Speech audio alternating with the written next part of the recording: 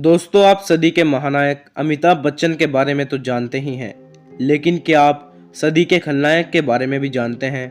ये वो खलनायक था जिसकी कातिल मुस्कान और आंखों से घूरना दर्शकों में खौफ पैदा कर देता था। लोगों ने उसके नाम से अपने बच्चों के नाम रखने बंद कर दिए थे। आज की कहानी है दिग्गज अभिनेता प्राण की। हमारे खानदान में आज तक न किसी ने नौकरी की है और न कोई करेगा। उनका तकिया कलाम बरखुरदार आज भी हिंदी सिनेमा में काफी याद किया जाता है। पुरानी दिल्ली में जन्म लेने वाले प्राण का ज्यादातर टाइम लाहौर में बीता। उनका पूरा नाम प्राण किशन सिकंद था, जो फिल्मों में आने के बाद सिर्फ प्राण रह गया। दिल्ली में उनका परिवार काफी अमीर था। वे बचपन से ही पढ़ाई में होशियार थे, खास तौर पर गणित में उनके पिता इंजीनियर थे। ये तो सब जानते हैं कि प्राण को पान खाने का बड़ा शौक था और इसी शौक ने उन्हें फिल्मों तक पहुंचा दिया। 1940 में लेखक मोहम्मद वली ने प्राण को पान की दुकान पर खड़े देखा तो पहली नज़र में ही उन्होंने प्राण को अपनी पंजाबी फिल्म यमला जट के लिए साइन कर लिया। प्राण के घर वाले उनके फिल्मों में काम करने के खिलाफ थे, लेकिन प्राण घर वालों को बिना बताए काम करते रहे। जब उनका पहली बार अखबार में इंटरव्यू छपा तो उन्होंने अपनी बहन से विनती की कि किसी तरह पिताजी की नज़र अखबार पर ना पड़े। जैसे तैसे पिताजी को पता चल गया। प्राण पंजाबी फिल्मों में अच्छे स्थापित हो गए थे।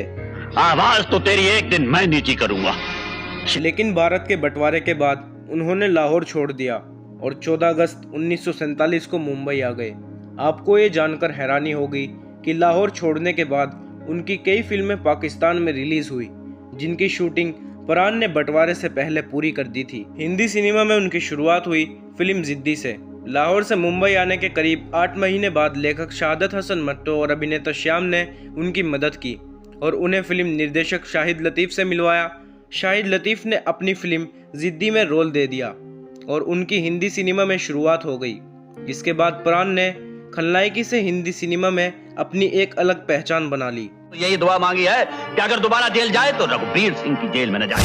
1955 में दिलीप कुमार के साथ आजाद, मधुमती, देवदास, दिल दिया दर्द लिया, राम और श्याम और आदमी जैसी फिल्मों में उनके किरदार को खूब पसंद किया गया। वहीं देवानंद के साथ मुनीम जी, अमरदीप जैसी फिल्में की। उन्होंने फिल्म खानदान में ही नायक की भूमिका निभाई है। इसके बाद वे कभी नायक नहीं बने। उन्होंने खलनायकी क्यों चुनी, इस बारे में उनका कहना था कि मुझे पेड़ों के चारों तरफ घूम घूम कर नाचना अच्छा नहीं लगता और मुझसे नाचा भी नहीं जाता।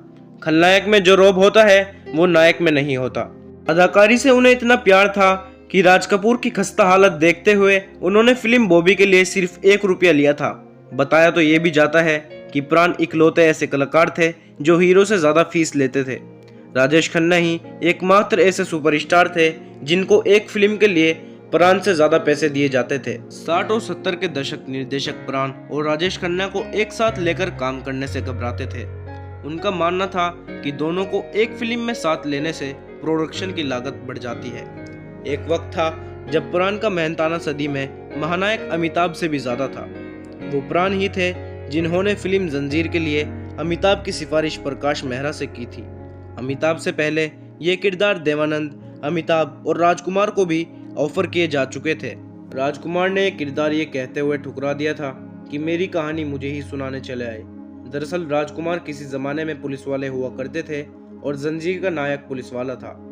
प्राण का भी जंजीर फिल्म में शेर खान नाम का अहम किरदार था। तुम्हारा नाम शेर खान है? इस इलाके में नए आए हो साहब? अब जब शेर खान की बात आ ही गई है तो आपको एक बात और बता दें। फिल्म में शेर खान का जो गेटअप था उसे प्राण ने खुद तैयार करवाया था। प्राण को मेकअप की अच्छी समझ थी।